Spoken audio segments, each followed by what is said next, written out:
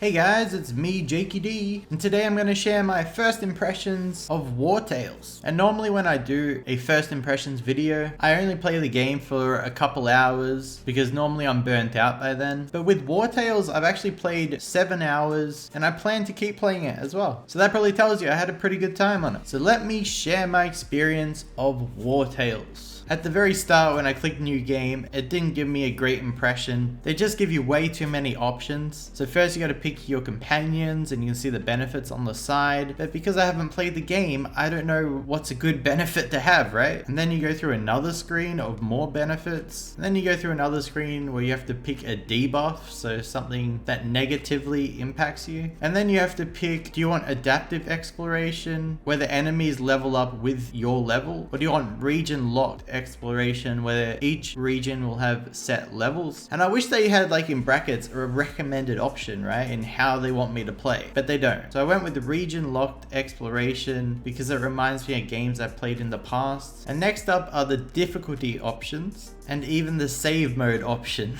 So I went straight down the middle for this one, hoping that that is the default experience that the game wants me to have. Again, with all of these options, I would have loved them to put a recommended in brackets option, just because I want to play the game how they want me to play it. I don't want to pick my own experience. Also, the save options were kind of weird to me because I just want like the normal automatic checkpoint option, which I think might be the limited option on the left side, but I wasn't too sure, so I went with the free option. But now I kind of feel like the game doesn't automatically save and I manually save it. It's just confusing for a gamer like me that wants basic shit in life, you know what I mean? And then you can see your starting characters, where you can customize them. And it looks like you can change their traits and things like that. I didn't change anything, I just wanted to jump into the game, so I just left everything default. And then voila, you're in the open world with your characters and you can move around. And we'll talk a bit more about this soon, but we immediately jump into our first bit of combat. And the combat is definitely a very basic one. So at the beginning, you can move your characters around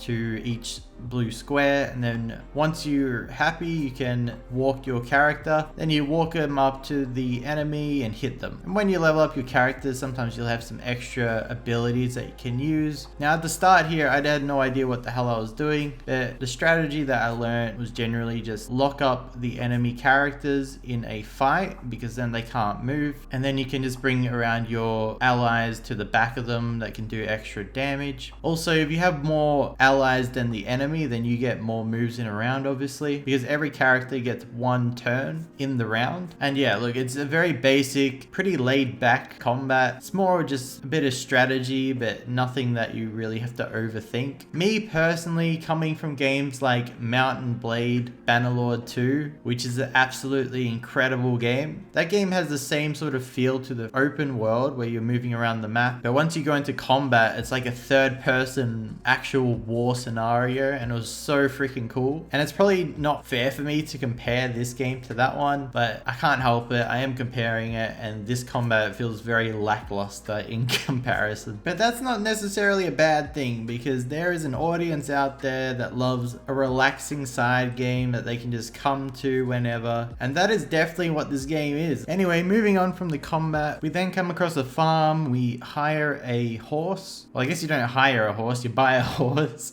And then we stop by a jail cell and we hire a prisoner to join us. And at this point, I'm a little bit dumb, because you shouldn't just go around hiring a bunch of things, because you got to get your food source in order and your money source in order, because you have to pay wages and fill bellies to keep everyone happy. And as you just saw, we rested for the night for the first time. And so you have to rest once the bar at the top of the screen goes empty and starts flashing. And you saw in the gameplay that they eat food when they rest, and that keeps them happy. And then every 3 days, I think it is, you pay wages on top of feeding them. And you can see how much food and money you have in the top right of your screen, and you can calculate how many days you're set for. And this whole system gets my approval because it's pretty basic. Food, money equals happiness. And you're probably wondering, how do you make money? So when you find the nearest town and you go into the bar, you'll find someone that gives out bounties or contracts, and that's how I made most of my money. But you can also find other people throughout the map that will ask you to do certain things for them, and you can either find these people organically, or again in the bar there is a guy that you can pay with your influence, which is another thing up in the top right of the screen. You can see how much influence you have. It's kind of like another sort of currency, and that pretty much sums up the game. As you play further, you'll level up your characters, hire more people, and just keep growing. Some small things that I haven't mentioned would be each character can have their own set skill, whether it be a fisherman or a woodcutter. It's just another way of gathering resources with that person's skill. And then you can also upgrade your campfire, where you'll get extra benefits when you rest, and you'll build these extra things with like iron and things like that you'll find along the way. Oh, and one other thing that I forgot to mention was moving around the open map. Your camera is locked onto your unit, and when you click where to go, that's where they go. But if you click too far, they will just run into mountains and rivers and they'll just get stuck. So you have to do short movements, and it doesn't look like there's any fast forward option or anything. It's very slow paced moving. You can unlock the run ability, but still it was pretty frustrating and flimsy for them to be getting stuck all the time. Also, an ability I had to unlock was marking the map where to go. Otherwise you're just walking around like a headless chicken and have to check the map every 5 seconds. So I feel like this should just be a default ability in the game, but it is something you have to unlock. Thankfully it's not too hard to unlock, but still there's just a couple things that in my opinion should be a default necessity in the game. So summing up the game, it's pretty basic, pretty fun. Not many games can keep my attention span for 7 hours, so it's done pretty well. I think I've already discussed all the issues that I personally have with it and how they can improve. So all up, I'd probably give it a 7 out of 10, and it probably is just going to be a game that I might keep coming back to here and there just when I want to chill out. So let me know your guys' thoughts below. If you guys enjoy these first impression reviews, then leave a like and subscribe for more. And I almost forgot to thank the devs of Wartales for actually sending me a review copy. So thanks a lot, and I'll see you guys in the next one.